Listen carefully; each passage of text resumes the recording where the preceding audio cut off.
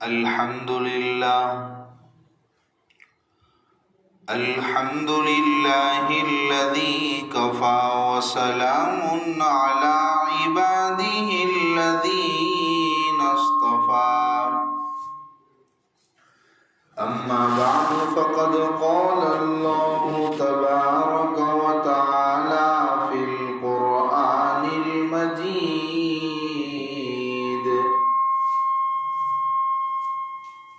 والفرقان الحميد. أعوذ بالله من الشيطان الرجيم. بسم الله الرحمن الرحيم.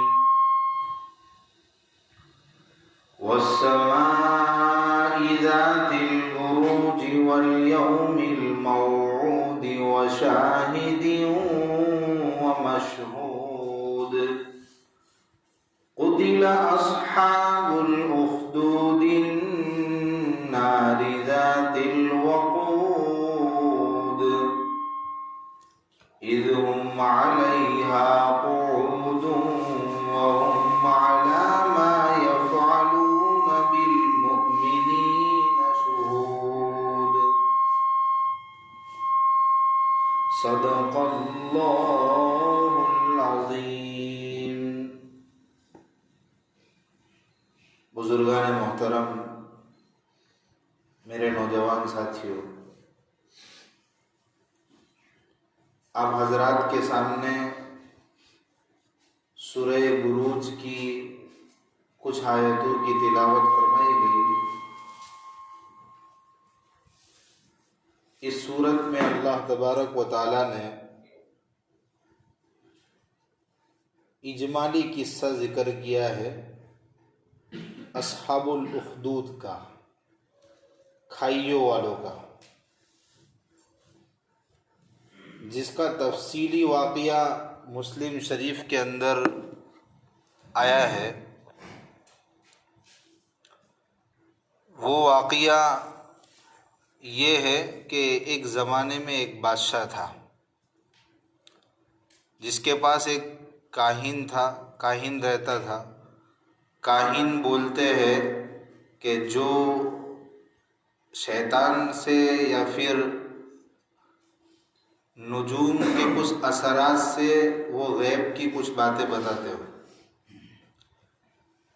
اس کاہن نے بادشاہ سے یہ پیشکش کی کہ بادشاہ سلامت، کوئی ہوشیار لڑکا ہو تو اس کو اپنے دربار میں لایا جائے جس کو میں غیب کا، یہ کہانت کا علم سکھاؤں.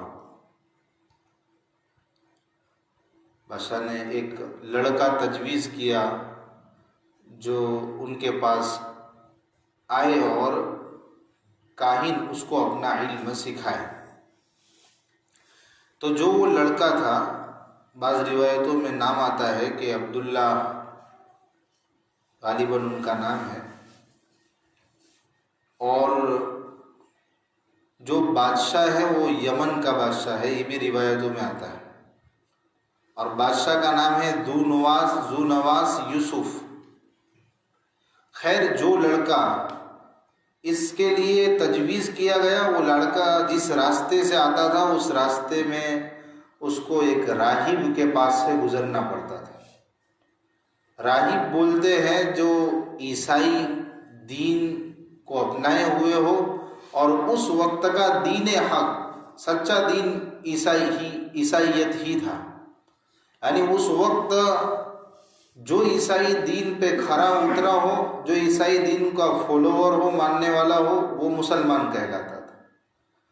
تو وہ راہب راستے میں پڑتا تھا. اس کا گھر، وہ بہت ہی بڑا عابد تھا، عبادت گزار تھا اور پکا عیسائی تھا، پکا مسلمان تھا.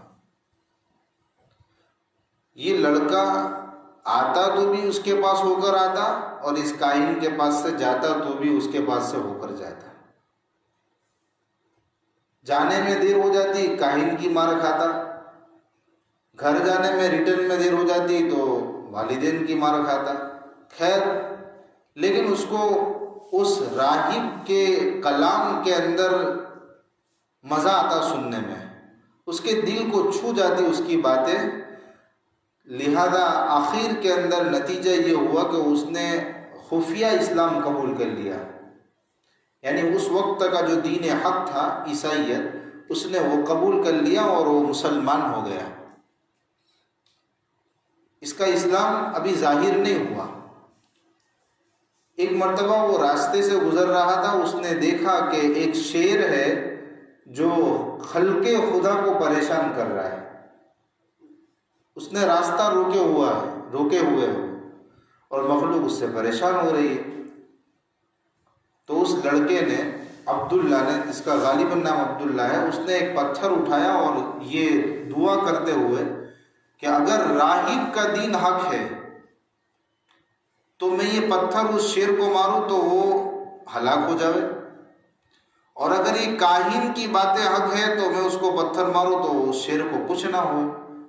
خیر اس نے پتھر مارا دعا کرتے ہوئے اور شیر کا کام تمام ہو گیا۔ پتہ چلا کہ بھائی یہ راہب کا جو دین تھا وہ حق تھا اور میں ایمان لایا ہوں تو صحیح بات ہے۔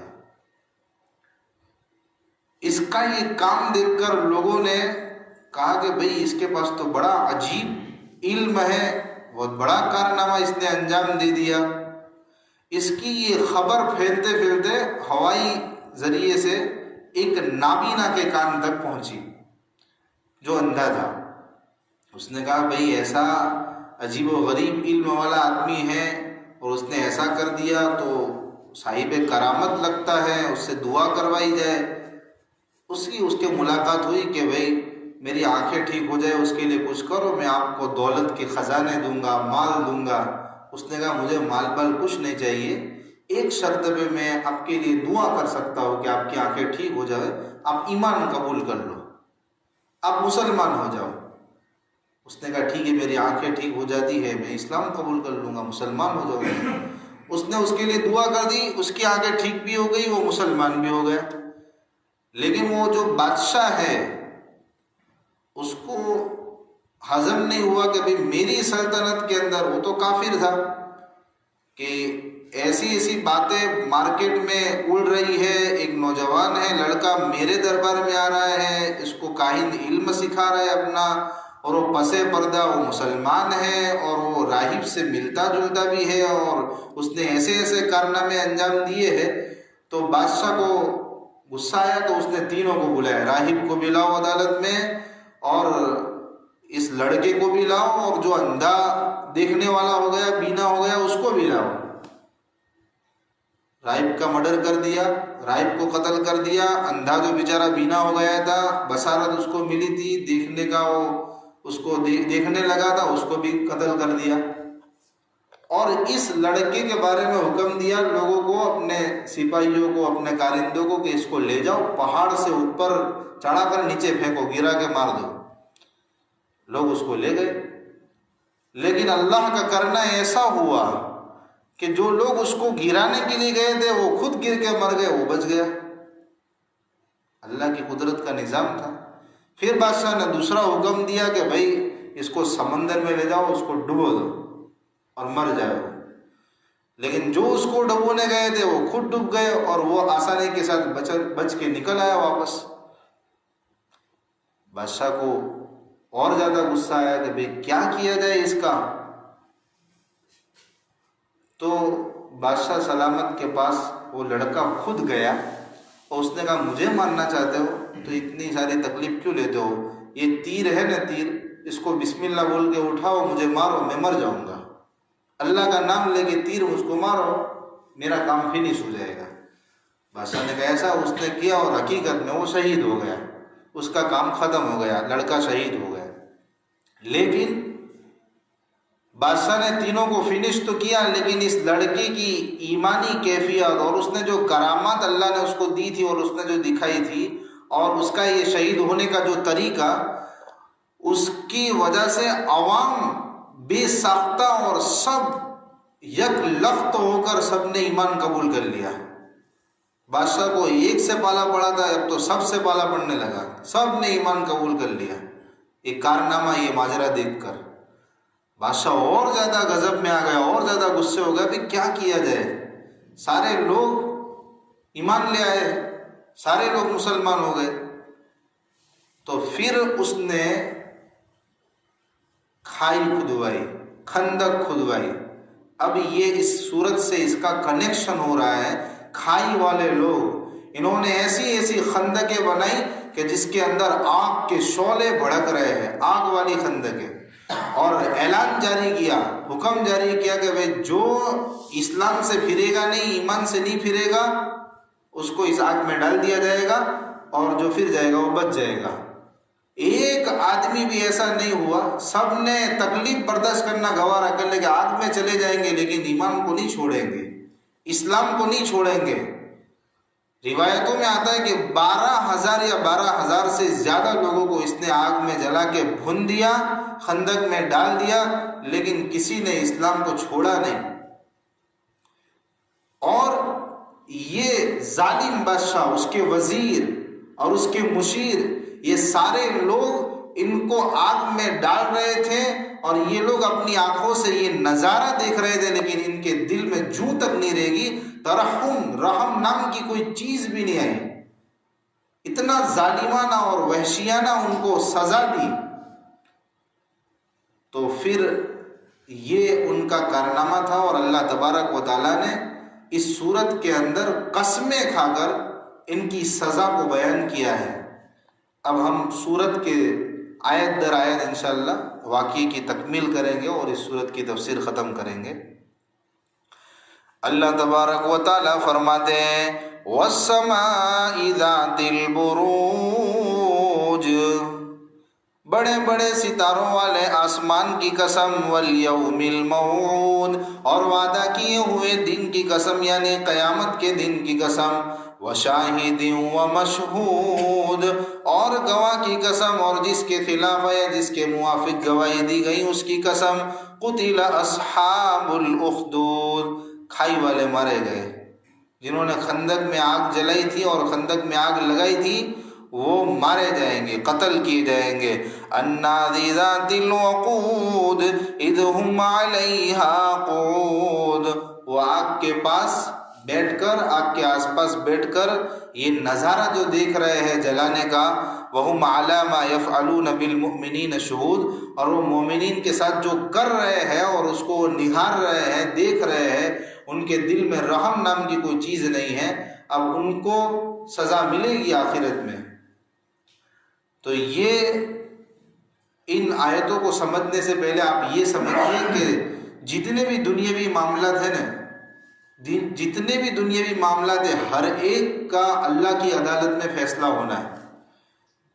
جس کا فیصلہ دنیا میں ہو گیا اس کا آخری فیصلہ قیامت کے دن، جس کا دین 50,000 سال کے برابر ہوگا، اس دن میں اس کا بھی فیصلہ ہونا ہے۔ جس کا فیصلہ نہیں ہوا تھا اس کا بھی فیصلہ ہونا ہے، جس کا صحیح فیصلہ ہوا تھا، جس کا غلط فیصلہ ہوا تھا، ان سب کا آخری فیصلہ ٹھپا لگنا ہے قیامت کی عدالت میں۔ یہ جو اصحاب الاخدود تھے، ان کا دنیا میں اس زمانے میں فیصلہ نہیں ہوا تھا، کسی دنیا کی عدالت نے ان کے خلاف وارنٹ جاری نہیں کیا تھا، ان کو سزا نہیں دی تھی، اس لیے کہ وہی صاحب اقتدار تھے، ان سے کون پنگا لیتا۔ تو اب قیامت میں اللہ عدالت قائم فرمائیں گے، اور قیامت کی عدالت میں ان کے خلاف کارروائی ہوگی۔ مدعی ان کے جس طرح کورٹوں میں ہوتا ہے کہ پہلے عرضی دائر کی جاتی ہے، تو یہاں بھی مدعی کون ہوں گے؟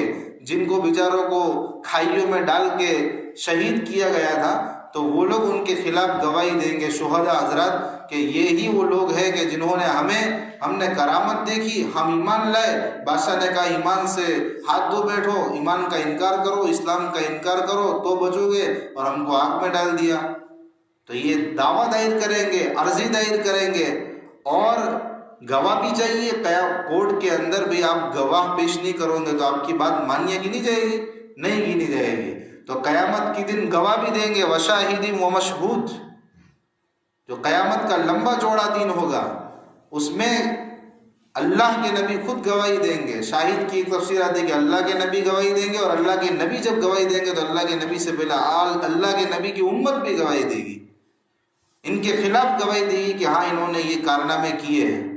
اور قرائن خارجیہ سے بھی ان کے خلاف گواہی دی جائے گی کہ آسمان آتا ہے نا، ہم نہیں سنتے کہ بھی قیامت میں تو منہ پر تو تالا لگ جائے گا، زمین گواہی دے گی، جسم کے اعضاء گواہی دیں گے، یہ آسمان کے جو بڑے بڑے ستارے ہیں، وہ CCTV کیمرے ہیں، وہ سب ریکارڈ محفوظ کر رہے ہیں، وہ واچ کر رہے ہیں دنیا میں جو کچھ ہو رہا ہے۔ تو قرائن خارجیہ سے بھی ان کے خلاف گواہی دی جائے گی کہ انہوں نے یہ کیا تھا۔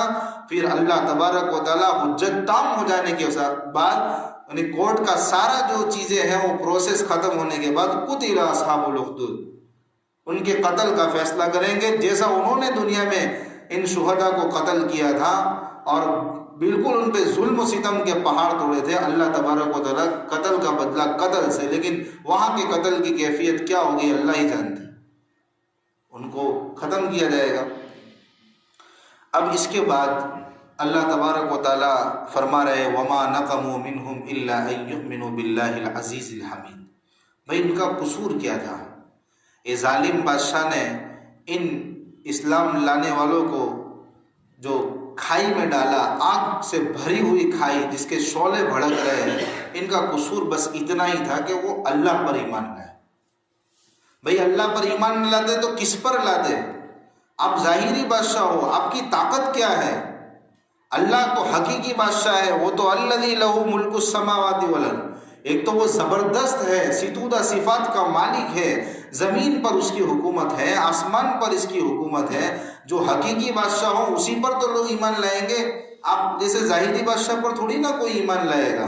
تو انہوں نے، اور اللہ پر ایمان لانا یہ حق تھا مسلمانوں کا، اللہ کا حق تھا کہ اللہ ہی پر ایمان لایا جائے، اور وہ اللہ پر ایمان لائے ہیں اور آپ نے ان کو سزائیں دی، تو اللہ آپ کو بخشے گا؟ نہیں بخشے گا۔ تو پھر اللہ فرما رہا ہے واللہ علی کل شیء شہید، ان پر ضابطے کی کارروائی کی جائے گی۔ اللہ سب کچھ دیکھ رہے ہیں، اور اللہ دیکھ رہے ہیں، اللہ کو ہے نا یہ سب کارروائی کا پروسیس کرنے کی ضرورت نہیں ہے، ڈائریکٹ سزا دے تو بھی اللہ کو کوئی پوچھنے والا نہیں، لیکن اللہ ضابطے کی کارروائی کر رہے ہیں۔ ان الذين فتنوا المؤمنين والمؤمنات ثم لم يتوبوا فلهم عذاب جهنم ولهم عذاب الحريق۔ اس کی ایک تفسیر یہ سمجھو کہ یہ مسلمان مردوں کو، عورتوں کو جو انہوں نے ستایا، اب ان کی سزا کا بیان ہے کہ اللہ نے آخرت میں ان کے لیے جہنم کی سزا تیار کر رکھی، اور دوسرا کہ جلنے کا عذاب۔ بھئی دونوں چیزیں، جہنم میں جلے گا تو انسان، اور بھی عذاب ہوں گے، سانپ کے، بچھو کے، اور بھی طرح طرح کے عذاب ہوں گے، کھانے پینے کے اندر پیٹ دیا جائے گا، خون دیا جائے گا، اور انگاروں سے ان کو جلایا جائے گا۔ تو پھر یہ دو چیزیں کا کیا مطلب؟ ایک تو مطلب یہ کہ بھئی یہی اسی جہنم کے عذاب کی تاکید ہے کہ ان کو جلایا جائے گا، جلنے کا عذاب دیا جائے گا۔ اور تفسیر میں یہ بھی لکھا ہے کہ بھئی جو دوسرا جز ہے نا کہ عذاب الحریق، ان کو جلنے کا عذاب دیا جائے گا، تو یہ ان کا دنیاوی عذاب ہے، دنیا میں ان کو ملا ہے۔ انہوں نے جب ان شہداء کو، ان لوگوں کو، ایمان والوں کو جو آگ میں، خندق میں ڈال رہے تھے، تو اللہ تبارک و تعالیٰ نے ان کی روحوں کو آگ سے ٹچ ہونے سے پہلے ہی قبض کر لیا تھا۔ وہ جو آگ میں گئے تھے تو وہ تو مردے گئے تھے، تو ان کو ظاہر سی بات ہے آگ کا کوئی اثر ہونے والا ہے نہیں، لیکن ان کو اس میں ڈالنے کی وجہ سے جو آگ کے شعلے بھڑک بھڑک کر جو باہر آئے، اور اس کے انگارے اور اس کا دھواں جو باہر گیا، تو ان لوگوں کو جنہوں نے، جو ان کو دیکھ کے ہنس رہے تھے اور ان کے دل میں ذرا بھی رحم نہیں آ رہا تھا، ان کو ڈالنے والے اور ان کو نہارنے والے، ان لوگوں تک یہ آگ گئی، ان کو جلا کے خاک کر دیا۔ تو یہ جلنے کا عذاب ان کو دنیا میں ملا، تفسیر میں یہ بھی آتا ہے۔ اور جو بادشاہ تھا خالی وہ بچ گیا تھا، یوسف ذو نواس یوسف، وہ آگ سے بچتے ہوئے بھاگتے بھاگتے سمندر میں، پانی میں ڈوبا کہ بھئی پانی میں ڈوبو تو بچ جاؤ آگ سے، لیکن وہ پانی میں غرقاب ہو گئے، تو اس کی ہلاکت اس طرح ہوئی۔ تو یہ ان کا دنیاوی عذاب ہے، اور ایک مطلب یہ ہے کہ بھئی ان کو آخرت میں عذاب جلنے کا بھی دیا جائے گا اور باقی عذابات بھی دیے جائیں گے۔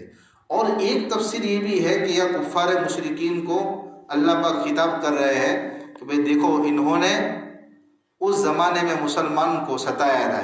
یہ جو واقعہ میں بیان کر رہا ہوں، اگر یہ یمن کے بادشاہ کا تفسیر میں جیسا آتا ہے کہ یمن کے بادشاہ کا تذکرہ ہے، اور ان کے یہاں اس طرح کا یہ واقعہ ہوا تھا، یہ اللہ کے نبی کے 70 سال پہلے کا واقعہ ہے۔ تو ان لوگوں نے جب یہ ان لوگوں کے ساتھ یہ حرکت کی تو اللہ نے ان کو سزا دی اور ان کو جلائیں گے آخرت میں، جہنم کا عذاب دیں گے۔ تو مشرکین مکہ کو خطاب کر رہے کہ تم بھی مسلمان مردوں عورتوں کو ستا رہے ہو، ان کو پریشان کر رہے ہو، ان پر مصیبتوں کے پہاڑ توڑ رہے ہو اور ان کو بیچارے کو وطن چھوڑنے پر مجبور کر رہے ہو، تمہاری بھی سزا ہوگی آخرت میں۔ تو اللہ ان کو بھی خطاب کر کے فرما رہے۔ اس کے بعد وَلَهُمْ عَذَابُ الْحَرِيقِ، ایک اور میں نقطے کی بات بتاؤں کہ اس میں اللہ نے فرمایا إِنَّ الَّذِينَ فَتَنُوا الْمُؤْمِنِينَ وَالْمُؤْمِنَاتِ ثُمَّ لَمْ يَتُوبُوا۔ حضرت حسن بصری رحمۃ اللہ علیہ فرماتے ہیں کہ اللہ کے جود و کرم کا کیا حالت، کیا کمال ہے، اللہ کی سخاوت دیکھیے، اللہ کا مخلوق کے تئیں رحم دیکھیے۔ ایک تو انہوں نے اللہ کے اولیاء کو، اللہ کے نیک بندوں کو، ایمان والوں کو آگ میں جلایا ہے، بھڑکتے ہوئے شعلوں کی خندق میں، کھائی میں ڈالا ہے، اس کے باوجود بھی اللہ ان کو اشارہ کر رہا ہے کہ بھی توبہ کر لو۔ یہ سزا اسی وقت ہوگی آخرت میں، جلنے کا عذاب بھی اور جہنم کی سزا یہ اسی وقت ہوگی جبکہ آپ کو اپنی کرتوت پر ذرا برابر رنج بھی نہیں ہوا، آپ نے توبہ بھی نہیں کی اور اپنی بات پہ مصر رہے۔ ہاں، آپ نے توبہ کر لی، توبہ کی طرف اشارہ کرا کہ توبہ کر لی تو پھر اللہ آپ کے لیے عذاب نہیں ہے۔ دیکھو اللہ اتنے خطرناک مجرمین کو بھی اشارہ کر رہا ہے کہ توبہ کرو۔ تو ہمیں بھی اپنے گناہوں پر نادم ہونا چاہیے، جو گناہ ہم سے ہو رہے ہیں ہم اس کو چھوڑے، اللہ کے سامنے توبہ کرے، اللہ ہمیں معاف نہیں کرے گا۔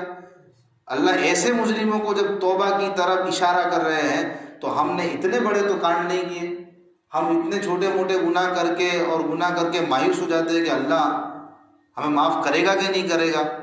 نہیں، اللہ ضرور معاف کرے گا۔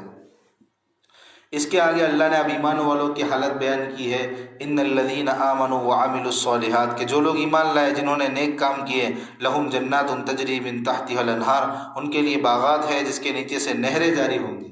اور جس کو یہ کامیابی مل گئی، یہ بھی بہت بڑی کامیابی ہے، اس سے بڑی کامیابی کا تصور انسان نہیں کر سکتا آخرت میں، جس کو باغات مل جاوے اور جنت مل جاوے۔ اس کے بعد اللہ تبارک و تعالیٰ نے فرمایا ان بطش ربک لشدید، یقیناً اللہ کی پکڑ بڑی سخت ہے۔ اللہ کی جو صفات ہے نا، یہ یک طرفہ نہیں ہے، دو طرفہ ہے۔ اللہ غفور الرحیم بھی ہے تو اللہ کی پکڑ بھی بڑی سخت ہے۔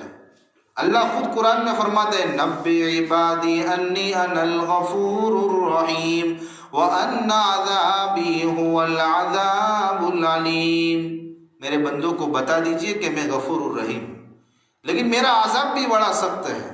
اس لیے کوئی احمق مسلمان خالی اللہ کی اس صفت رحمت پر نظر کرتے ہوئے گناہوں کے انبار لگاتا رہے، گناہ کرتا رہے، تو یہ بیوقوف ہے، اس کو اللہ کی دوسری صفت کا پتہ نہیں ہے کہ اللہ کا عذاب بھی بڑا سخت ہے۔ اس کے بعد اللہ نے فرمایا کہ جس اللہ نے ہم کو پیدا کیا ہے وہ اللہ قیامت کے دن دوبارہ بھی وہی اللہ پیدا کرے گا، اور بد شدید جو سخت پکڑ ہے اس کا ظہور قیامت کے دن ہی ہو سکتا ہے۔ قیامت کا دن واقع ہی نہ ہو تو پھر سخت پکڑ کا کیا مطلب ہے؟ اس لیے پتہ چلا کہ جو قیامت کے انکار کرنے والے ہیں تو ان کو ہوش کے ناخن چبانے چاہیے کہ بھی اللہ کی جو سخت پکڑ ہے وہ اللہ دوبارہ پیدا کرے گا، قیامت کا دن ہوگا اور سزا منکرین کو، مکذبین کو سزائیں ملے گی، مومنین کو اجروں سے، انعامات سے نوازا جائے گا۔ قیامت کا دن حق ہے۔ اس کے بعد اللہ تبارک و تعالیٰ کی 5 صفتیں بیان کی گئی ہے، گویا ایمان والوں کے لیے تسلی ہے کہ ایمان والوں کے حق میں تو اللہ غفور ہے، اللہ ودود ہے، اسی طرح اللہ ذو العرش والمجید ہے، اللہ صاحب سلطنت ہے، اللہ عظمتوں والے ہے، اور اللہ فعال لما یرید ہے، جس کے لیے جو چاہے کرے۔ یہ اللہ کی 5 صفتیں ہیں، یہ اللہ کی 5 صفتیں ہیں۔